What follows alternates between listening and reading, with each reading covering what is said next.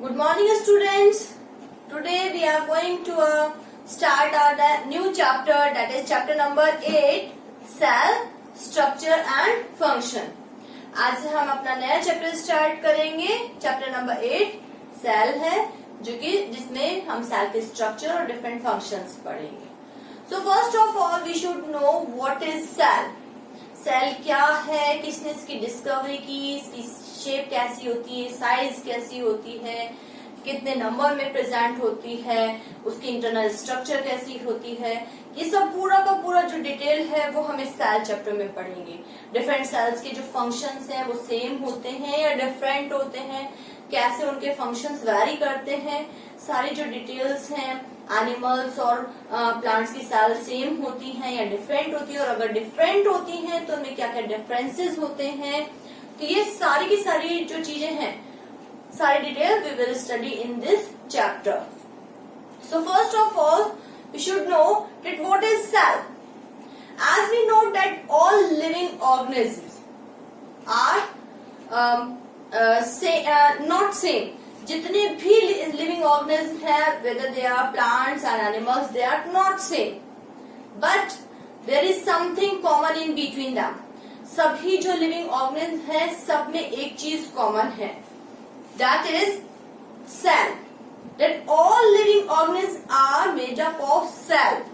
जितने भी living organism हैं, whether they are so minute microorganisms or they are plants or they are animals, all are living, all are made up of cells.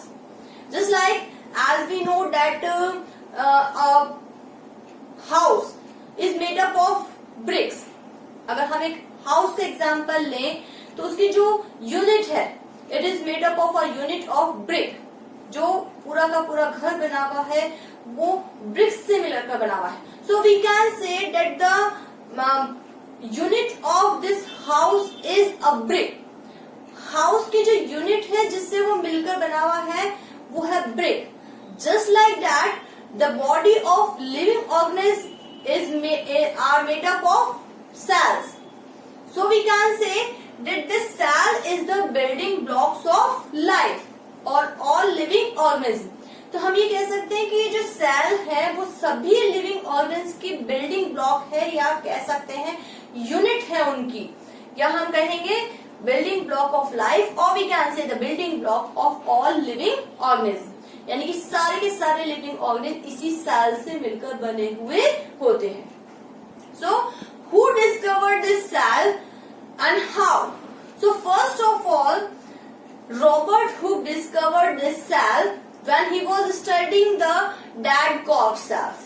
जो cork होता है उसकी वो study कर रहा था, तब उसने उसमें देखा that this cork is made up of small blocks or just like small chambers.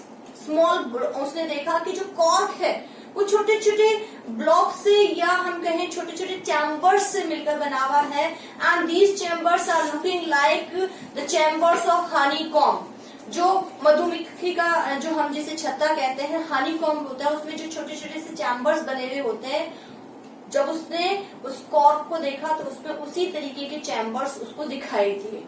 So these chambers are like the blocks present in the honeycomb. So they are looking as the small rooms. छोटे छोटे rooms की तरह दिखाई देते हैं. So first of all, the Robert Hooke discovered the cells and he termed these small chambers as cell. उसी ने सबसे पहले इसको क्या नाम दिया? सेल नाम दिया. Which means small room.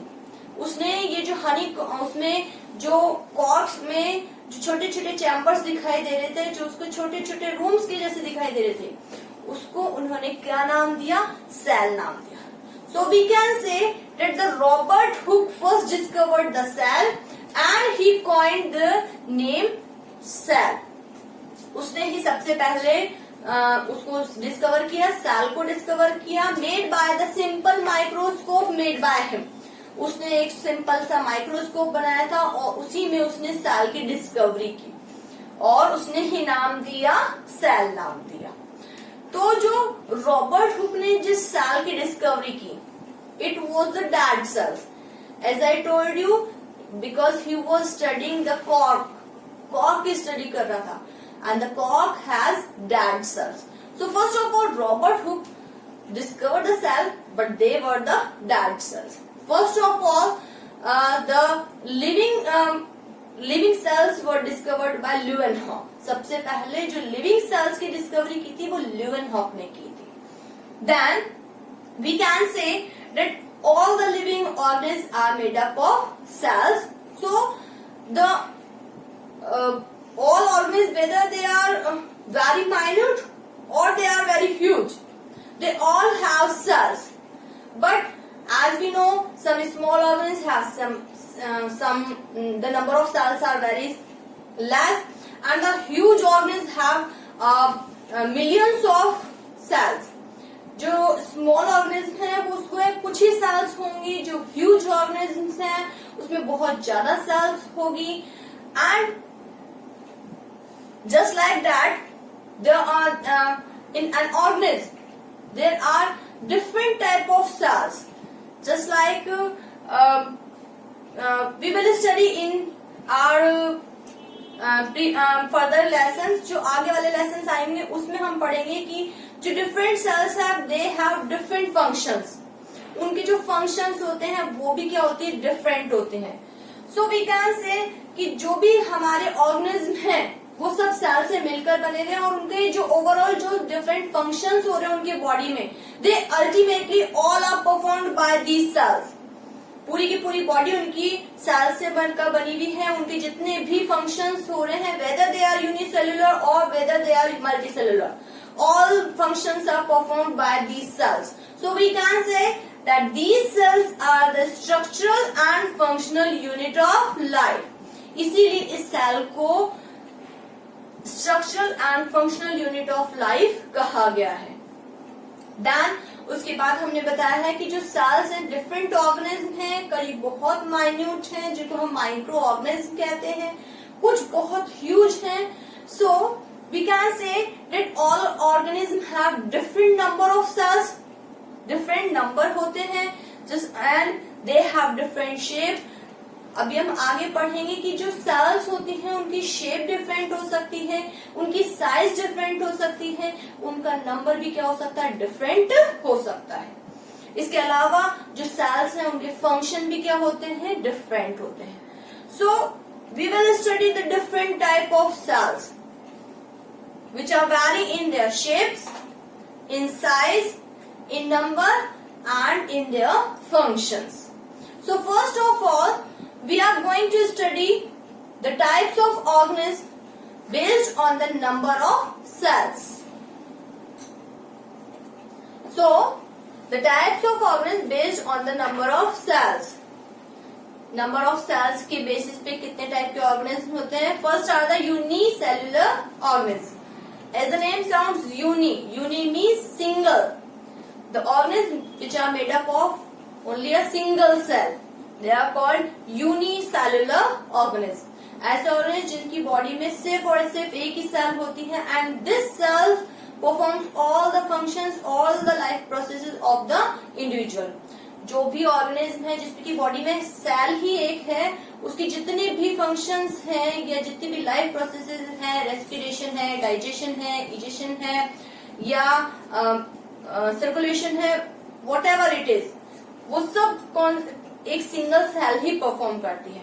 So we can say in unicellular organism a single cell is present and all the life processes are performed by this single cell.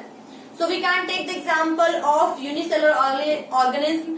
The most common is bacteria, yeast, amoeba, paramecium, eulothrix. There are a number of variety of unicellular organisms. Then the next is multicellular organism. As the name sounds, multi. Multi means many, बहुत सारी. Cellular means cells. So the multicellular organisms, the organisms which are made up of more than one cell. ऐसे organism जिनकी body में एक से ज्यादा cells present होती हैं, they are called multicellular organisms. So all the animals which we see around us and the plants, these are the common example of multicellular organisms. And the number of these cells are also vary in all different multicellular organisms. It depends on their size. If their size is small, the number of cells is also less, and if they are huge, the number of cells can be million, billion or trillions. उसकी जो भी organism है उसके size पे depend करता है कि उसमें नंबर ऑफ सेल्स कितने होंगे. So in these multicellular organism, these cells may group to perform different functions of that individual. जो भी इंडिविजुअल है उसकी डिफरेंट फंक्शंस को परफॉर्म करने के लिए जो सेल्स होती हैं ये ग्रुप बना लेती हैं. So we can say that these cells group together to make tissues. पहले ये सेल्स ग्रुप बनाती हैं which are called tissues. Now these tissues group together to make organs. Now these organs group together to make organ system, and these organ systems all together make an individual's body. इस तरीके से starting कहाँ से हुई? Sales से. Sales ने tissues बनाए, tissues से ऑर्गन्स, ऑर्गन्स से ऑर्गन सिस्टम, और पूरी इंडिविजुअल की बॉडी हो जाती है. तो हम ये देखेंगे that every multicellular organism also starts their life from a single cell. Her individual जो मल्टीसेलुलर ऑर्गेनिज्म है उसकी लाइफ भी कहाँ से स्टार्ट होती है? सिंगल सेल से स्टार्ट होती है. Then the cell multiply and make number of cells. Multiply होती जाती है, number of cells बना लेती है and make the individual's body. So it is all about the types of organisms based on the number of cells. So that's all for the day. Thank you and have a nice day.